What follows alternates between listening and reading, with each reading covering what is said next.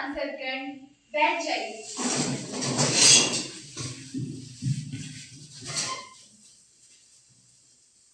माननीय सांसदों, युवा सांसद के इस मानसून सत्र में आप सभी का हार्दिक स्वागत है। नए सदस्य शपथ ग्रहण अथवा प्रतिज्ञा करेंगे। महासचिव महोदय। सुश्री सिमरन, जो लोकसभा क्षेत्र रांची से निर्वाचित हुए हैं, शपथ ग्रहण अथवा प्रतिज्ञा करेंगी। सुश्री सिमरन, आप शपथ ग्रहण अथवा प्रतिज्ञा करेंगी। मैं शपथ ग्रहण करूंगी।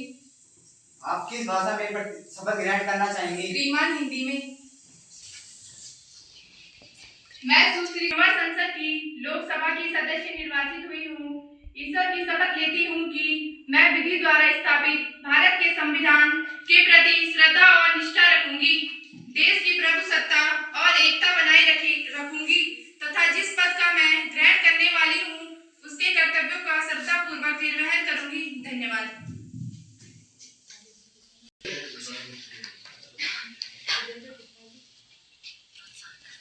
सुश्री सृष्टि रावत, जो लोकसभा क्षेत्र अड़मोड़ प्रतिज्ञा करेंगी।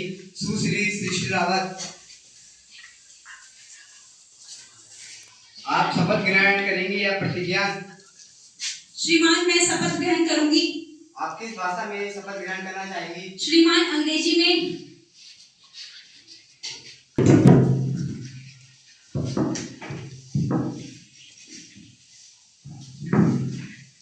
I, Srishti Rawat, having been elected a member of lower house of the Youth Parliament, do swear in the name of God that I will bear true faith and allegiance to the Constitution of India as by law established, that I will uphold the sovereignty and integrity of India, and that I will faithfully discharge the duty upon which I am about to enter. Thank you.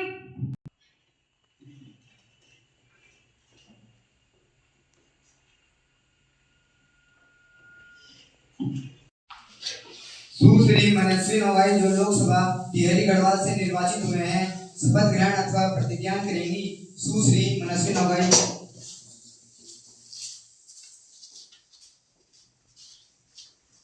आप शपथ ग्रहण करेंगी या प्रतिज्ञा? श्रीमान, मैं शपथ ग्रहण करूंगी। आप किस भाषा में शपथ ग्रहण करना चाहेंगी? संस्कृत।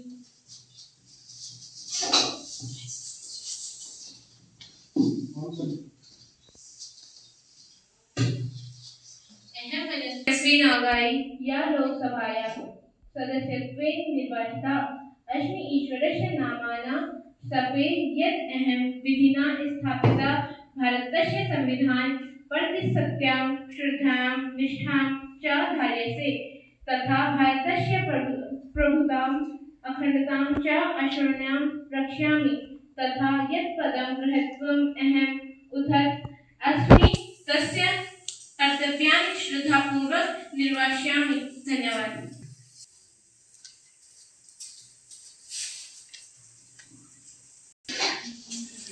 सुश्री महक चौहान, जो लोकसभा गढ़वाल संसदीय से निर्वाचित हुए हैं, शपथ ग्रहण अथवा प्रतिज्ञा करेंगी। सुश्री महक चौहान, आप शपथ ग्रहण करेंगी या प्रतिज्ञा? महोदय, मैं शपथ लेना चाहूंगी। आप किस भाषा में शपथ ग्रहण करना चाहेंगी? महोदय, गढ़वाली में।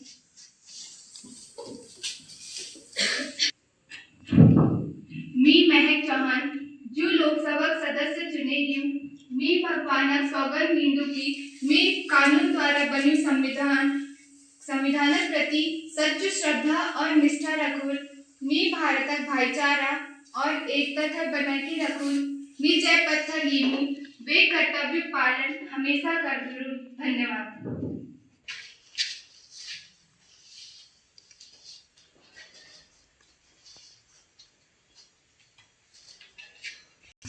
समस्त माननीय सांसद गणों को सदन का सदस्य निर्वाचित होने पर हार्दिक बधाई एवं शुभकामनाएं। मुझे पूर्ण विश्वास है कि आप कार्यवाही को आगे बढ़ाने में पूर्ण सहयोग करेंगे।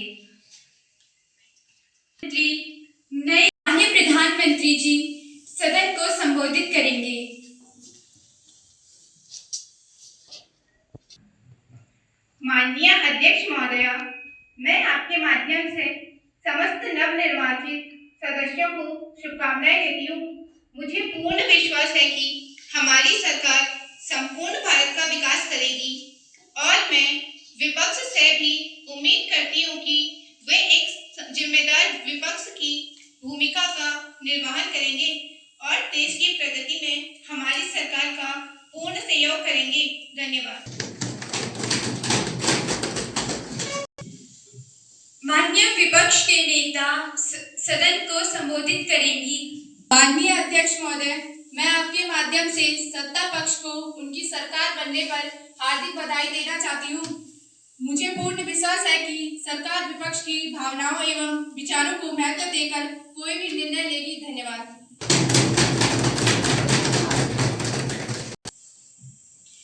माननीय प्रधानमंत्री नए मंत्रियों का परिचय कराएंगे।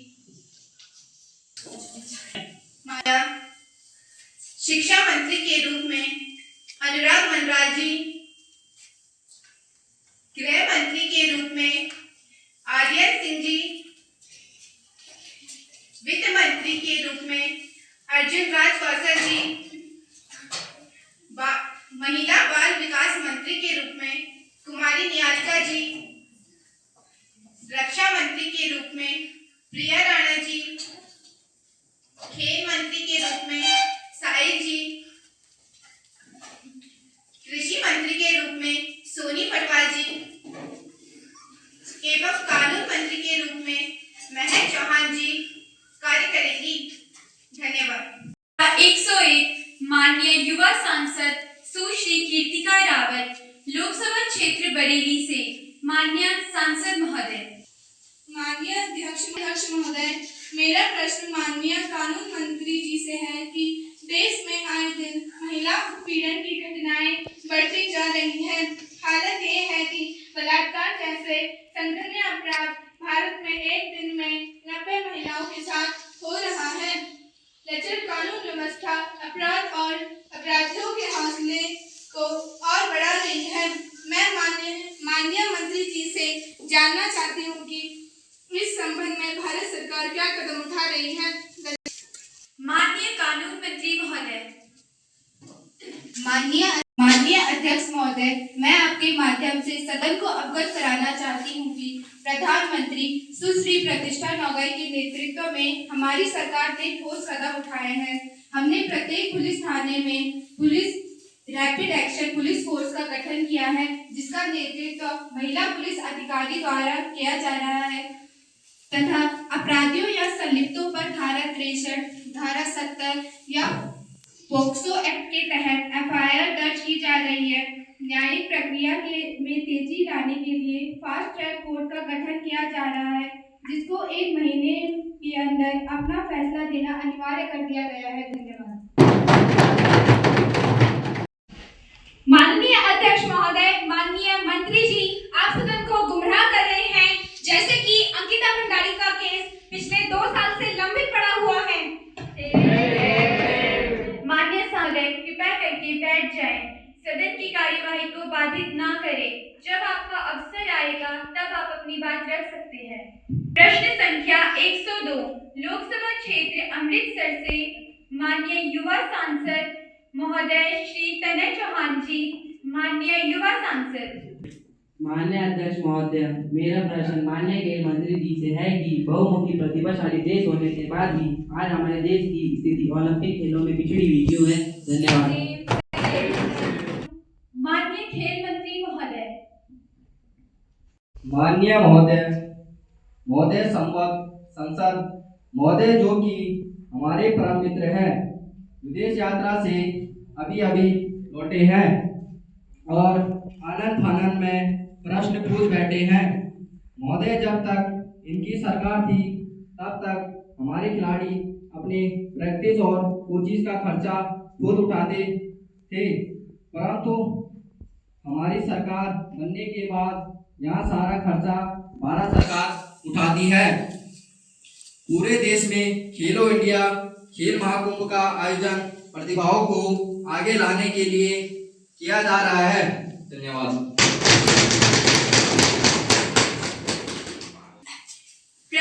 संख्या 103 गढ़वाल लोकसभा क्षेत्र से माननीय युवा सांसद सुश्री रोशनी। माननीय सांसद महोदय। माननीय अध्यक्ष महोदय, मेरा प्रश्न माननीय शिक्षा मंत्री जी से है कि यूपीएससी, आईआईटी, जेईई या नीट जैसी परीक्षा में उत्तीर्ण परीक्षार्थियों की हिंदी मीडियम के परीक्षार्थियों की तुलना में बहुत कम है। यह अनुपात लगभग 1:9 का है, जो कि बहुत ही चिंताजनक है। इन परीक्षाओं में संबंधित संस्थाएं अंग्रेजी भाषा को ज्यादा महत्व दे रही है या हिंदी मीडियम में कोई कमी रह गई है? यदि हिंदी मीडियम में कोई कमी रह गई है तो सरकार इस पर अपनी क्या कदम उठा रही है? माननीय शिक्षा मंत्री महोदय। माननीय महोदय, जो आंकड़े हमारी सांसद महोदय बता रही हैं, ये आंकड़े किसी सरकारी यूपीएससी या कोई अन्य संस्था अपने परीक्षा फल में मीडियम को नहीं दिखाती है। यह सच है कि हिंदी मीडियम के सफल परीक्षार्थियों की संख्या अंग्रेजी मीडियम के परीक्षार्थियों की तुलना में कम है। इसके लिए सरकार अपने स्तर पर प्रयासरत है।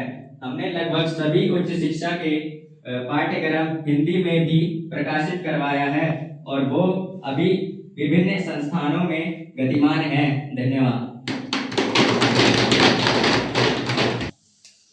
प्रश्न संख्या 104 नैनीताल लोकसभा क्षेत्र से माननीय युवा सांसद श्री अंशुल जी।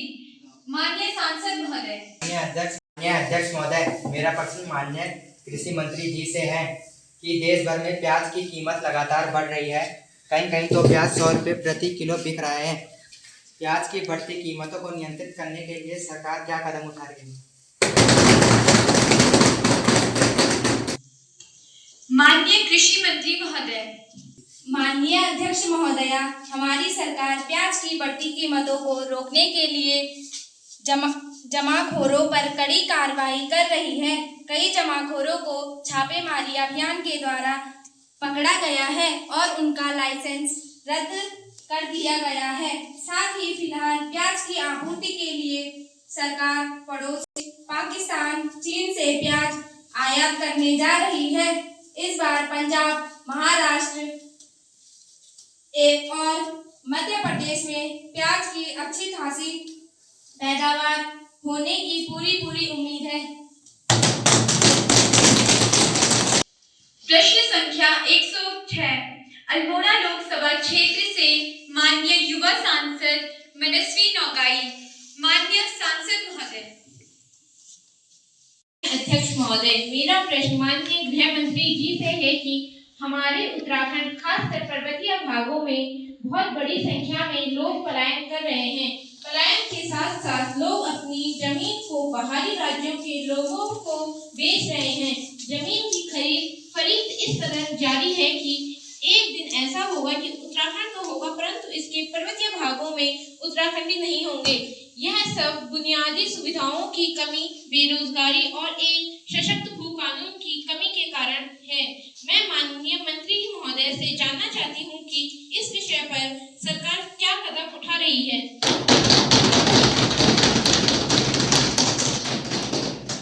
माननीय गृह मंत्री महोदय। माननीय अध्यक्ष महोदय, हमारी सरकार इस बारे में चिंताशील और प्रयासरत है। हमने उत्तराखंड में सुविधाओं को पूरा करने के लिए कई योजनाएं चलाई हैं। कई उच्च शिक्षण संस्थान पर्वतीय भागों में खोले हैं। सड़क निर्माण का काम बदस्तूर जारी है। स्वास्थ्य सेवा को सुदृढ़ किया है। जहां तक भू कानून की बात है तो यह राज्य सरकार के अधिकार क्षेत्र की बात है। जनप्रतिनिधि आपसी विचार विमर्श एवं कानूनी सलाहकारों से विचार विमर्श के द्वारा इस पर कोई फैसला ले सकती है। धन्यवाद।